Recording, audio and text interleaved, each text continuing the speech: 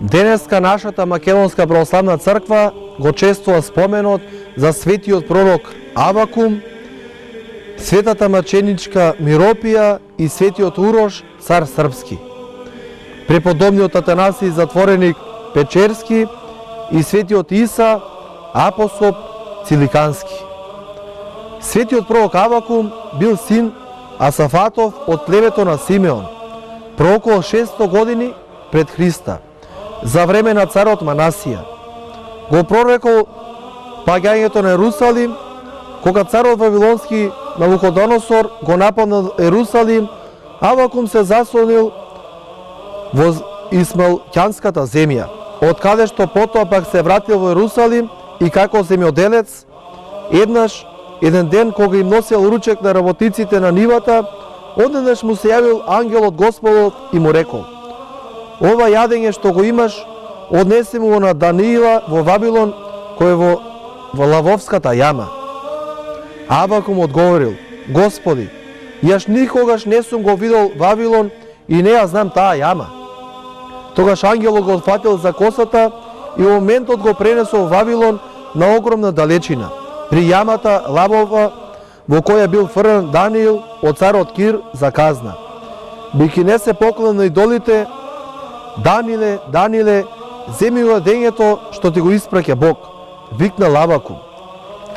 И Даниил го зел и го јадел.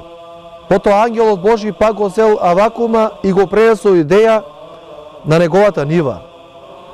Авакум уште прорекувал за осудувањето на Ерусалим и за времето Христово.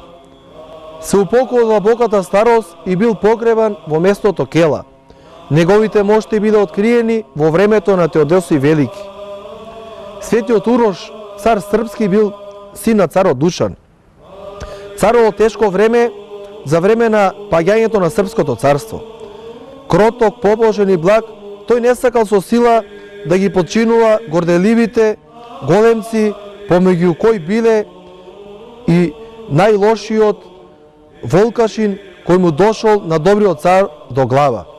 Добриот Урош маченички пострадал на 2 декември 1367 година, на своја 31 годишна возраст.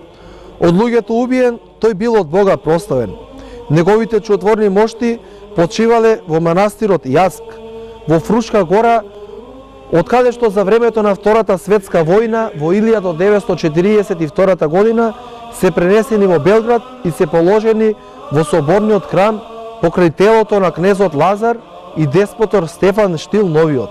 За време на овој добар цар изграден и нашиот прекрасен манастир Свети Наум, кој лежи на обалата на Охридското езеро, кој го созидал големецот на Урош Гргур.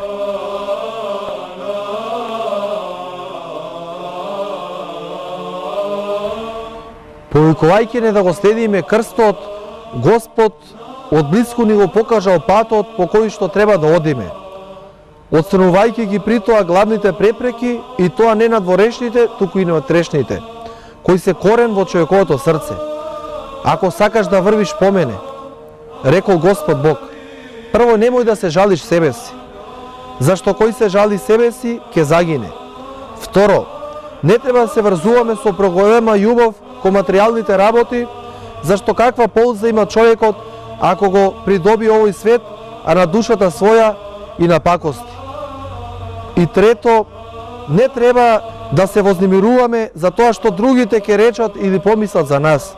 Тоест како на нас другите ќе гледаат. Зашто кој ќе се посрами од мене и од моите зборови, рекол Бог, е во род со овој грешен и прејубодеен род. И Синот Божи ќе се посреми од него на вечниот суд. Саможалењето и љубовта спрема имотот и срамот пред лицето на човекот се трите главни ланца кои го држат човекот во обрачот на небогоугодниот пат на страст и гревот. Тие се и главна препрека која го оневозможува покајанието кај грешниците. Ти исто така и се главната духовна борба на човекот кој се кае и веќе почел да поднесува плодови од покајанието. Додека тие врски не се раскинат и нема многу надеж за христијански богоугоден живот. Значи се дотегаш тој ќе биде полн со падови, ако не секогаш надворешни, тогаш и внатрешни. Се додека на себе си не погледне многу внимателно. Ако о себе си најде нешто од спомнатото, треба да се потруди да го исфрли од себе си и да се ослободи. Инаку не би можел да се надева дека би можел да доспее до совршенството Христово, иако по надверошност би бил сосема исправен. Слава му на Бога. Амин.